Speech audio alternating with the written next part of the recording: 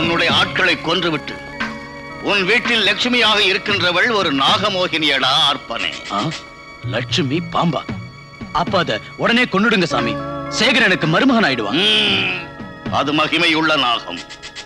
கொல்வதற்கோ வீட்டை விட்டு துரத்துவதற்கோ அதன் சக்தி போனால் ஒழிய சாத்தியமில்லை. அந்த சக்தி எப்படி அழியும்? மானிட பெண்ணாக கர்ப்பம் தரித்தால் அழியும். அவளை குழந்தை பெற்று தரும்படி நீங்கள் வற்புறுத்துங்கள். அவ குழந்தையை பெற்று தர விரும்பலனா?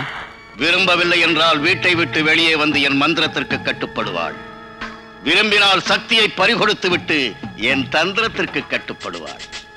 அவ எங்கேயாவது போய் என் பிரச்சனை தீந்தா சரி. போயிட்டு வர சாமி. அது சரி, உங்க 2 பேருக்கும் கொஞ்சமாவது புத்தி இருக்கா? பச்சைக்கிளி மாதிரி இருக்கிற என் மருமகளை பாம்புன்னு சொல்றீங்களே. அந்த கைகாரி பாம்பா இல்லைன்னா தம்பி அவ்வளவு ஈஸியா எப்படி வளைச்சு போட்டுருக்க முடியும்? எனக்கு முதல்ல இருந்தே அவ மேல சந்தேகமா. சரிதான், வாய் மூடுறே.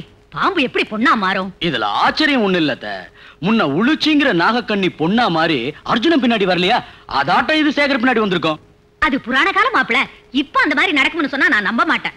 கண்ணால பார்த்தா நீங்க நம்புவீங்க. இந்த நாகக்கண்ணிங்க பௌர்ணமி வெளிச்சத்துல சஞ்சரிக்கிறதுக்காக பாம்பா மாறுவாங்களாம். அப்போ இன்னைக்குதான் பௌர்ணமி. இன்னைக்கு ராத்திரியே மறைஞ்சிருந்து பாப்போம்.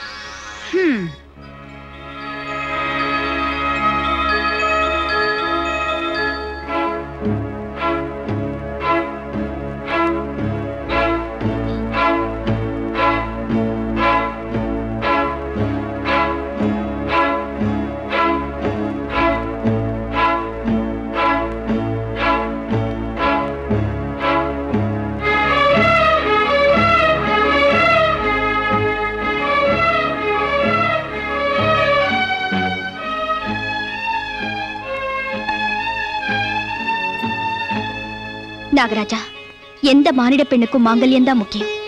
என் புருஷன் அடிக்கடி காட்டுக்கு வேட்டைக்கு போறவரே. அவருக்கு எந்த ஆபத்தும் வராம நீ துணையா இருந்து அவரை காப்பாத்தணும்.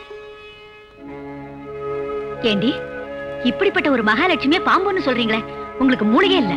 என்னத்த எப்படி சொல்றீங்க? அவ மனுஷியா இருந்தா புருஷனை காப்பாத்த சொல்லி வேணதோட குழந்தை வேணும்னு ஏன் வேண்டல? குழந்தை பிறக்காத என்னமோ. குழந்தை பிறக்குமா இல்லையாங்கிறத டாக்டர் கிட்ட போய் பாத்துருவோம். வாங்க.